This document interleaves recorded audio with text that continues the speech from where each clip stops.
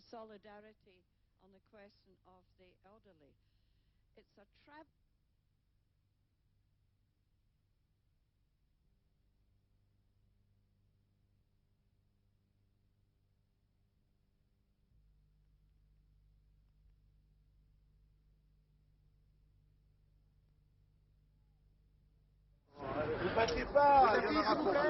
Décidément, Bernard Tapie est comme ça, les ennuis ont beau s'accumuler, il garde le mort. Et pourtant, ces jours-ci, les attaques se sont précisées. Il y avait la justice, il y avait le fisc, il y a aussi la classe politique, à gauche notamment, le vocabulaire a changé. Un truand, tout simplement. Pour moi, c'est le déshonneur de la France. Je crois qu'il est d'abord victime de lui-même. On n'est pas victime de la politique, il est victime de lui-même, de son parcours sans doute. J'appartenais à un parti qui représentait certaines vertus, qui n'a pas été impliqué dans des affaires quelconques, qui s'est toujours un petit peu méfié de l'argent, y compris de l'argent dans le sport. Tout ça ne me paraît pas très sain. Des critiques qui s'entendent donc même chez certains membres du MRG, le parti de Bernard Tapie. On attendait la réponse du patron de l'OM, elle n'a pas tardé. Est-ce que vous avez l'impression d'être un peu lâché ces derniers jours par vos amis de la classe politique ou d'autres? Je suis rentré chez moi hier soir, ma femme m'a fait la fête, comme d'habitude. Mes enfants m'ont embrassé et puis mes copains radicaux sont toujours là. Et comme les autres, comme les salles sont pleines, et les autres c'était pas mes copains, donc j'étais pas lâché. Bernard Tapie pas lâché, en tout cas le Crédit Lyonnais lui ne l'oublie pas. La banque lui réclame maintenant le remboursement de 450 millions de francs avant 8 jours. Bernard Tapie qui conserve son capital sympathie, les sondages sont formels, 44% des Français pensent qu'il est victime d'un complot, 34% estiment le contraire.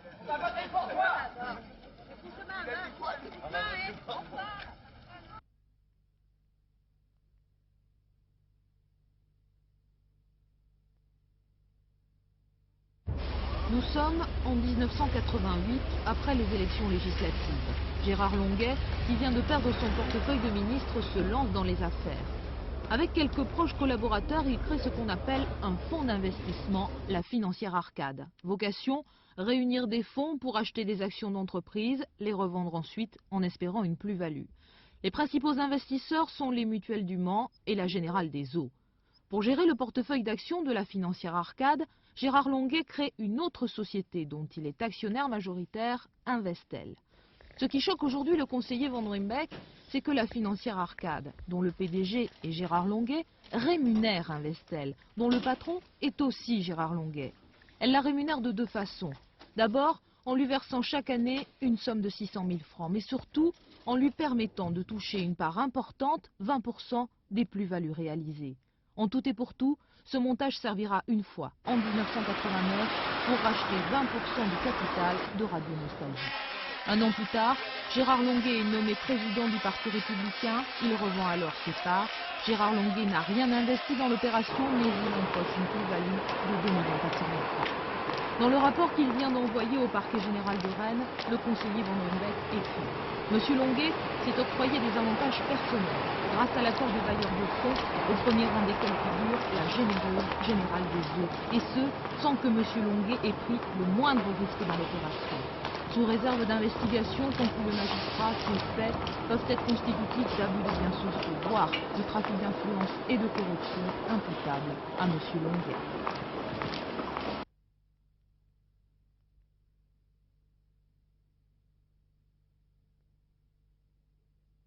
Et il y a deux certitudes. C'est que mon patrimoine personnel, c'est celui d'un couple de cadres supérieurs. Ma femme est avocat, je travaille depuis 28 ans, elle aussi. Et tout ce que nous avons, nous l'avons acheté avec des chèques, avec des revenus déclarés, avec des impôts qui sont vérifiables. Ça, c'est ma première certitude et je tiens à le dire avec force. La deuxième certitude, c'est que j'ai choisi l'entreprise privée entre 89 et 90 pendant 2 ans. J'ai misé sur le succès de Radio Nostalgie et je suis fier d'avoir accompagné le succès de Radio Nostalgie. Voilà, et c'est ce que l'on me reproche, paraît-il, aujourd'hui. Ça m'est parfaitement égal. Les dossiers seront transmis au parquet et enfin, on aura une information complète autrement que par extrait de presse. Monsieur Longuet, dans l'opération Investel, au départ, vous n'avez pratiquement pas versé de fonds. À la sortie, vous avez réalisé une plus-value de 2,4 millions. C'est ce que font, chère madame, c'est ce que font toutes les sociétés de gestion de fonds d'investissement. Il suffit de lire la presse économique pour savoir que le système est toujours le même. Vous avez un projet, vous rassemblez des investisseurs. Moi, je n'avais pas d'argent, mais j'avais des projets, et ces projets se sont trouvés bons. J'ai gagné de l'argent un peu, c'est vrai. Mes investisseurs, ceux qui m'ont fait confiance, ont gagné beaucoup d'argent. Et si j'étais resté, non pas un homme politique, mais un homme d'entreprise, je serais encore plus riche aujourd'hui. J'ai fait le choix de la politique parce que c'est ce que je préfère. Mais une des questions, c'est de savoir si vous avez perçu, vous ou des proches, votre femme par exemple, des rémunérations de votre société Investel. Mais je vais vous dire, quand on crée une entreprise, c'est pour gagner de l'argent. Il se trouve qu'Investel, je n'ai pas été salarié parce que la société ne faisait pas de bénéfices et je n'ai pris aucun salaire, aucun dividende, aucun jeton. En revanche, lorsque j'ai vendu mes parts, comme elle était adossée au succès de Radio Nostalgie, j'ai fait une plus-value, ce qui est la logique même d'un fonds d'investissement. Il faut vraiment ne rien connaître à l'économie privée, ne rien connaître à l'économie d'entreprise et avoir un petit peu de malveillance pour parler en des termes aussi brutaux, aussi durs, qui ont manifestement une intention diffamatoire. Monsieur Longuet, quand vous étiez ministre des PTT, la Générale des Eaux a obtenu le contrat SFR. Aujourd'hui, on la retrouve dans Investel. On sait qu'elle a versé des fonds à la régie publicitaire du Parti républicain. Est-ce que vous avez des liens privilégiés avec cette société? J'ai beaucoup de respect pour Monsieur de Joigny, qui est un des grands présidents français et qui a fait d'une vieille société une société de dimension mondiale. Je voudrais simplement vous dire que quand j'ai créé Investel, je l'ai fait avec les Mutuelles du Mans, avec la BIMP, et ce n'est que parce que la Générale des Eaux était actionnaire de TMC que j'ai songé à la contacter pour être actionnaire minoritaire de Radio Nostalgie. C'était une logique d'entreprise. Tous les journalistes économiques qui connaissent le monde de la communication savent parfaitement que c'était un des actionnaires possibles et c'était une démarche d'entrepreneur. Il était normal que je la fasse. Si la Générale des Eaux m'avait dit non, j'en aurais trouvé peut-être un autre ou peut-être n'aurais-je pas fait l'affaire. Au-delà de ces questions techniques, est-ce que vous avez le sentiment de faire l'objet d'un complot politique? Non, pas du tout. Je crois qu'il y a un devoir de transparence. Il se trouve... Je voudrais quand même rappeler une autre vérité, parce que les vérités sont bonnes à dire. Depuis 9 mois, l'instruction de l'affaire Tragère porte essentiellement sur le rôle qu'aurait pu jouer le Parti républicain. Je tiens à rappeler à tous nos amis téléspectateurs qu'aucun responsable national du Parti républicain ou local n'est mis en examen dans l'affaire Tragère. Nous n'avons rien à voir avec cette affaire, mais à partir de cette affaire, il y a des enquêtes. Sur le PR, je trouve ça normal, et il y a une enquête préliminaire, il y aura transparence. Sur mes affaires personnelles, sur les revenus de ma femme, sur la situation de ma famille, c'est dur, je l'accepte, parce que c'est la loi de la transparence, je la jouerai jusqu'au bout, je n'ai rien à cacher, je suis fier de mon travail, je suis fier de ce que j'ai construit dans ma famille.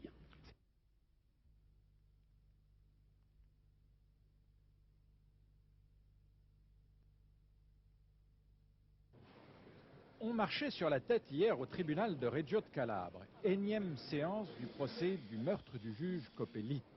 En vedette, Totorina, chef suprême de la mafia, soupçonné d'être le commanditaire du crime. Dans l'après-midi, suspension de séance. Le tribunal se retire. Mais Totorina reste dans sa cage. Malgré la présence des carabiniers, les journalistes se précipitent. Et le parrain de Corleone de tenir une véritable et hallucinante conférence de presse. Ce sont des communistes qui mettent en avant la lutte anti-mafia. Messieurs Violante et Caselli de Palerme, c'est toute cette clique. Ainsi, face aux caméras de télévision, le chef de la mafia désigne à la vindicte de ses tueurs ses deux pires ennemis. L'ancien chef de la commission parlementaire anti-mafia, Luciano Violante, et le procureur de Palerme, Giancarlo Caselli. Un véritable appel au meurtre, s'est écrié le principal accusateur de Totorina, le repenti numéro 1 de la mafia, Tommaso Buscetta. Le scandale est énorme en Italie, à tel point que le président de la République, Oscar Luigi Scalfaro, a publié un communiqué pour, je cite, s'émouvoir de ces déclarations inouïes.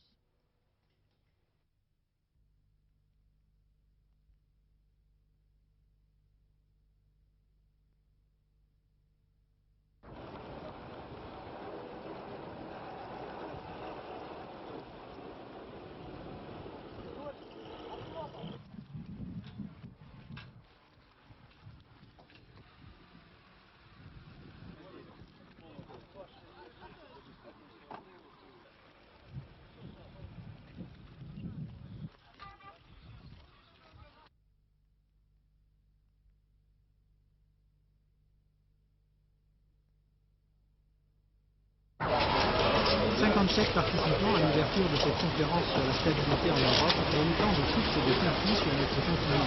Et pour empêcher d'autres Yougoslavies, qu'Édouard Balladur a lancé l'idée de cette rencontre dès son arrivée à Matignon, réunir sous un même toit les pays à risque et surtout ceux qui veulent rejoindre l'Union européenne en vert sur la carte. Problème numéro 1, celui des minorités hongroises réparties dans les pays voisins, comme en Slovaquie. 600 000 Hongrois vivent dans le sud du pays. La Hongrie estime que leurs droits ne sont pas reconnus, il n'y a pas d'école hongroise et ces populations vivent comme des citoyens de seconde zone. Même cas de figure en Roumanie où les Hongrois représentent 7% de la population, soit 1,5 million d'habitants. La Roumanie veut obtenir une reconnaissance officielle de l'intangibilité de ses frontières. En échange, elle garantirait le droit des minorités hongroises.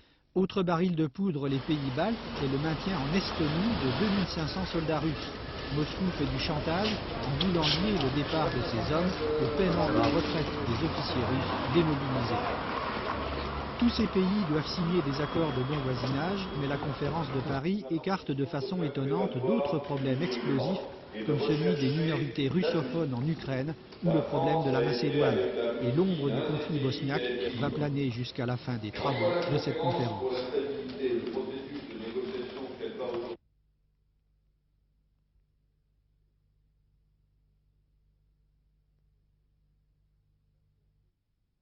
L'affaire réussira si, comme je l'espère, tous les pays concernés signent entre eux des accords, les pays voisins les uns des autres, pour reconnaître les frontières et garantir les droits des minorités. C'est un critère très simple de réussite. Alors ça pose pour certains des problèmes complexes. Certains pays ont des minorités de même langue que la leur dans plusieurs autres voisins. Ça pose des problèmes difficiles, mais c'est ça le critère, oui ou non, dans le délai d'un an, au maximum, je l'espère, parviendrons-nous à faire en sorte que les problèmes frontaliers, les problèmes de minorité de l'ensemble des pays de l'Europe jusqu'à la frontière de la Russie aient été réglés. Voilà. Pourquoi ne parle-t-on pas de la Bosnie?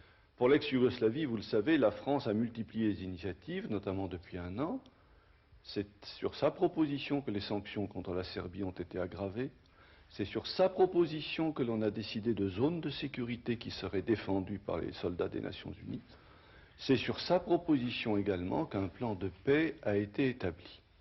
Et la France est le pays qui a le plus de soldats en Bosnie. Donc nous n'avons vraiment de leçons à recevoir de personne, nous avons fait notre devoir et plus que notre devoir. Mais aujourd'hui, il est de notre droit, à nous Français, de dire à tous les intéressés, qu'il s'agisse de ceux qui se battent sur le terrain ou qu'il s'agisse des grandes puissances, qu'il y a un plan de paix qui a été établi, qu'il faut maintenant que ce plan de paix soit adopté, faute de quoi la France ne pourra pas, pour l'éternité des temps, maintenir en Bosnie un contingent aussi important.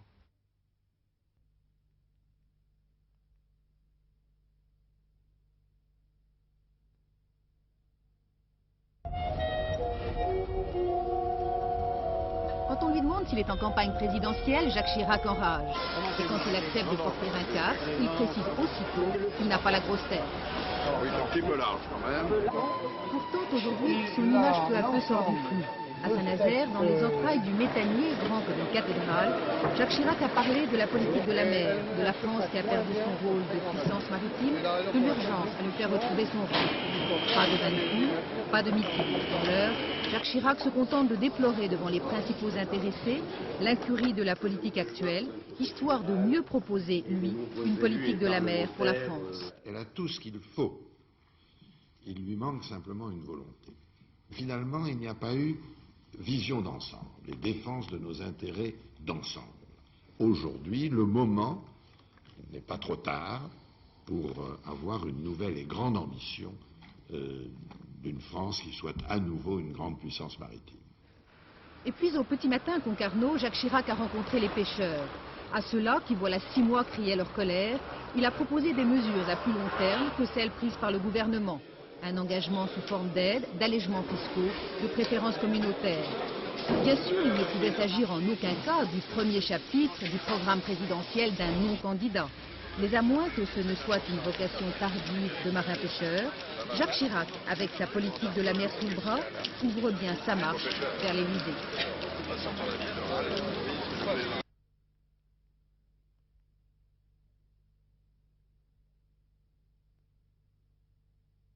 Simone Veil avait promis, la Simone Veil avait promis. Tu me l'envoies, ta mère va être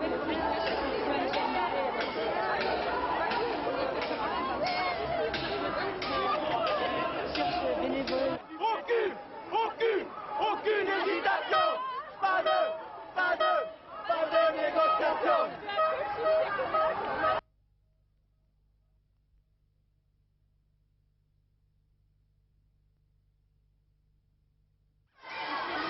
Lycée quasiment déserté ce matin et les élèves présents savent à peine de quelle grève il s'agit. Vous saviez pas qu'il y avait grève? Non, pas du tout. Et vous ne savez pas à propos de quoi les profs font grève? Non. Quant aux profs, eux, ils s'informent de la grève en plongeant dans les textes. Critique acerbe des dernières propositions du ministre François Bayrou sur la formation dans les lycées professionnels. Le ministre propose d'ouvrir plus de sections d'apprentissage en liaison avec les entreprises ou de passer des conventions avec des centres privés de formation d'apprentis, les CFA. Pour les profs, le risque est de voir la formation des élèves leur échapper de plus en plus. Je pense que Bayrou veut à terme supprimer la formation professionnelle et la remplacer par des CFA. Enfin, je veux dire, c'est très clairement exprimé. Donc, rendre ce secteur-là complètement sous tutelle patronale et privatiser absolument le secteur de la formation professionnelle. Je crois que la bonne solution, ce n'est pas de mettre des individus quels qu'ils soient, d'abord à disposition des entreprises. La bonne solution pour l'école, c'est d'abord de former des citoyens et des êtres qui s'épanouir culturellement et à tous les sens, à tous les niveaux du terme. Travailler viendra après. Descendus dans la rue cet après-midi, les enseignants réunis en intersyndicale ont rappelé cette position. L'école ne doit pas être l'antichambre de l'entreprise, mais doit avant tout mener le plus grand nombre d'élèves vers les meilleurs diplômes.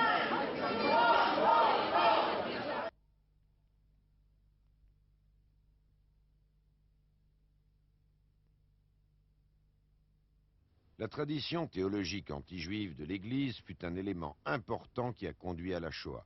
Et en contribuant à créer un climat d'hostilité au peuple juif, l'Église a pavé la voie à l'antisémitisme moderne. Ce texte de la conférence épiscopale allemande a été présenté au Comité international de liaison Vatican-Israël.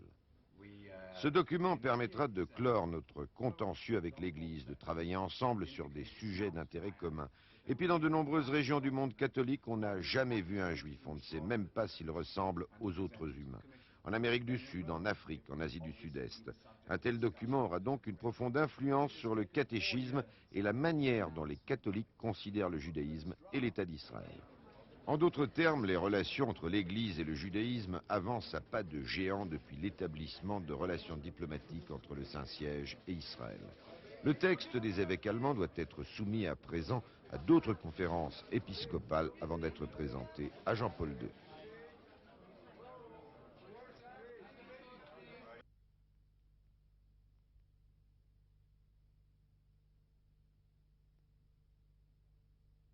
Ça me paraît une contribution, parmi d'autres, à la rédaction d'un texte qui pourrait être celui du Saint-Siège, du Vatican lui-même, vraiment.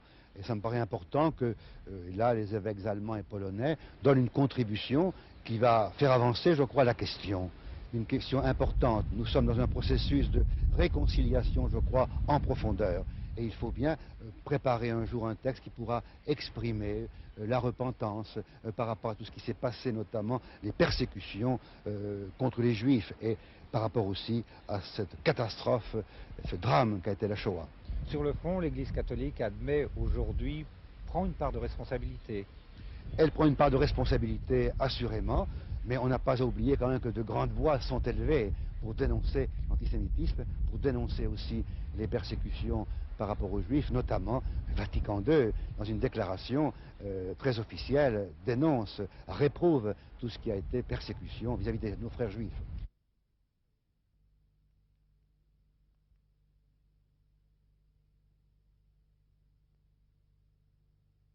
Tout de suite, Jacques Gaillot. Quand Monseigneur Gaillot débarque chez les filles de Froufrou, il sort du cadre évangélique. On vous appelle Jacques, comment on fait? Écoutez, appelez-moi Jacques Gaillot. Bien, alors quand Jacques Gaillot dialogue avec le prêtre allemand contestataire Eugène Drewermann, il aggrave son cas. C'est, du moins, l'avis de l'épiscopat qui fustige la boulimie médiatique de l'évêque d'Évreux et anticipe les éventuelles remontrances de Rome. Jésus ne parle... Je prends mes responsabilités au niveau où je suis par rapport à ma responsabilité là. Je n'ai pas à faire appel au Vatican pour une sanction, ça n'est pas de mon rôle. Et je pense que Monseigneur Gaillot est Monseigneur Gaillot, il n'est pas le chef d'un parti ou d'une partie de l'Église contestataire. Il est ce qu'il est lui tout seul. Seul, telle la brebis égarée qu'il convient de remettre dans le droit chemin. Dans sa lettre censée rester confidentielle, le président de la conférence épiscopale parle d'attitude intolérable et prévient Monseigneur Gaillot « Jacques, tu ne peux plus avancer dans la voie que tu as prise ». Message reçu. Je dois tenir compte de ce que dit le président de la conférence. Et sans doute que nous avons davantage à négocier, à débattre, et peut-être pas simplement entre évêques. J'essaye d'atteindre des gens que nous n'atteignions pas habituellement, et d'accepter d'être accueillis par ces gens-là. Vous savez, c'est plus difficile de se laisser accueillir que d'accueillir.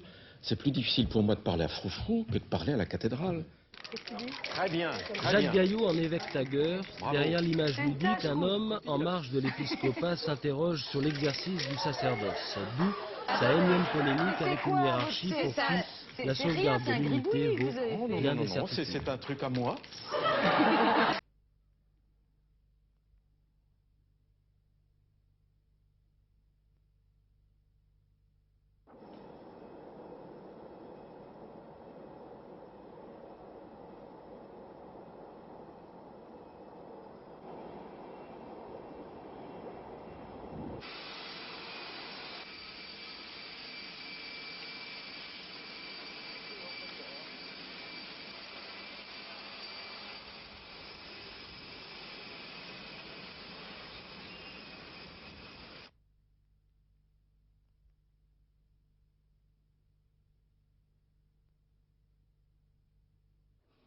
Au GIGN, il faut avoir confiance en ses partenaires. Quand on est en intervention, on vit les uns pour les autres. Chacun est capable de supporter son copain, de pallier à une défaillance, que ce soit en tir, que ce soit en n'importe quoi.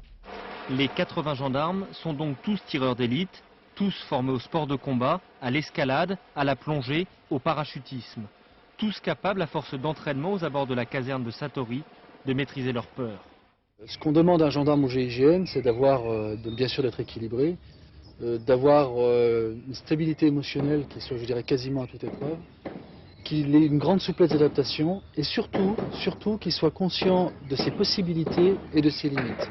La renommée du GIGN est née à Djibouti en 1976.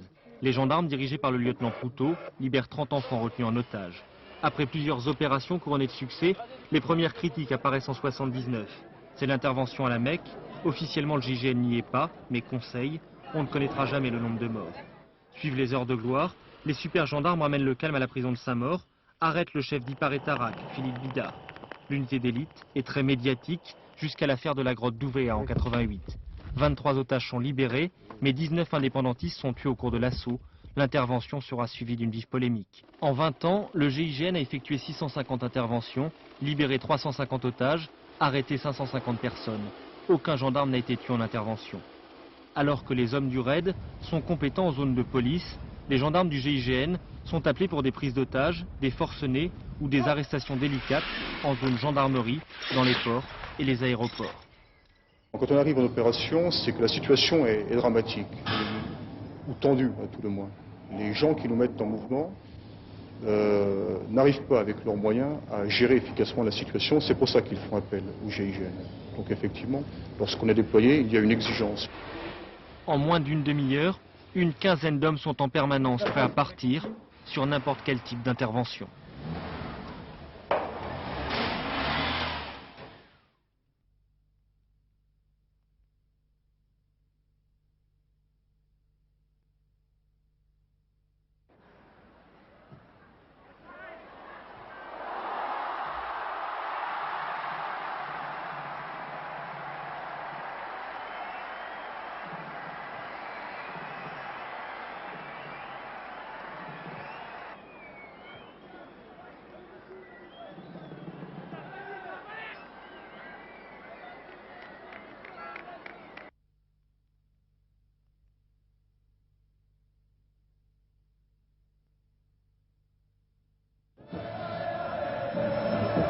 Voici d'abord la ballade des gens heureux.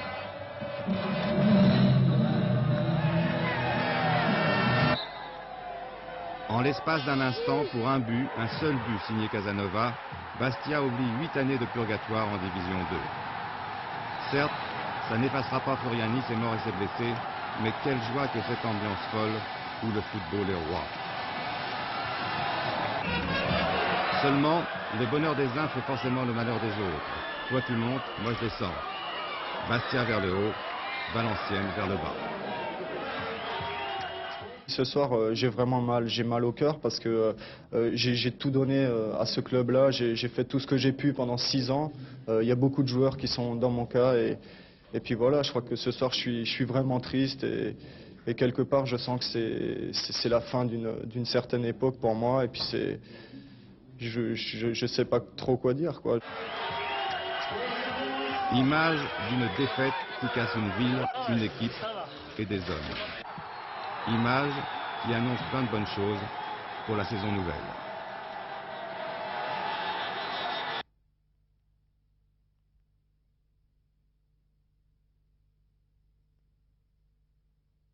Jean-Louis Curtis pour sa communication sur l'art du mot juste.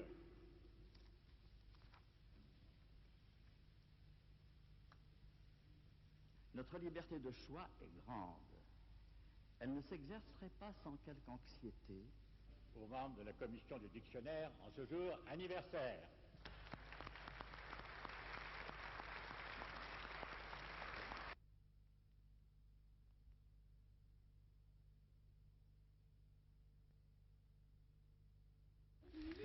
C'est un gros livre. Il y a marqué, par exemple, nom féminin. Il y a de l'écriture que les adultes lisent. Très bien, tout le monde aura son bon point. Mais avant de devenir 2 tomes de savoir aux tranches dorées, le dictionnaire de l'Académie française fut un vrai fromage, politique et culturel. Politique parce que la création d'un français officiel servait Richelieu et ses vues centralisatrices. Culturel tant les plumes de l'époque, précieuses ou modernes, étaient prêtes à tout instant à se crêper la perruque autour du bon usage. Et tandis que les premiers académiciens soignaient leurs mots, certains petits malins, sentant le bon coup éditorial, sortirent leur dictionnaire du français sans se soucier du feu vert du roi, en les imprimant à Genève ou Amsterdam. Devant tant d'indiscipline, nos académiciens se sont donc précipités, et même un peu trop. Je tiens le premier exemplaire réel du premier dictionnaire qui a été édité par l'Académie française en 1678. Mais malheureusement, ce dictionnaire a été jugé trop mal imprimé et avec beaucoup de fautes. Donc les académiciens ont détruit tous les exemplaires, sauf celui-là qui a échappé donc à l'autodafé. Et il y a donc une autre édition qui a été reprévue pour 1694. Mais oublions donc cette page malheureuse de l'histoire du dictionnaire, désormais respectable institution tricentenaire, toujours imitée, jamais égarée, et plus que jamais d'époque, foi des bivers. La langue française, c'est une langue qui évolue et c'est très bon, je pense, pour la langue. Il y a des débats actuellement justement sur la langue française et je crois que c'est tout à fait d'actualité. L'actualité, c'est également la 9e édition du dictionnaire. Elle s'arrête pour l'instant à fatidique.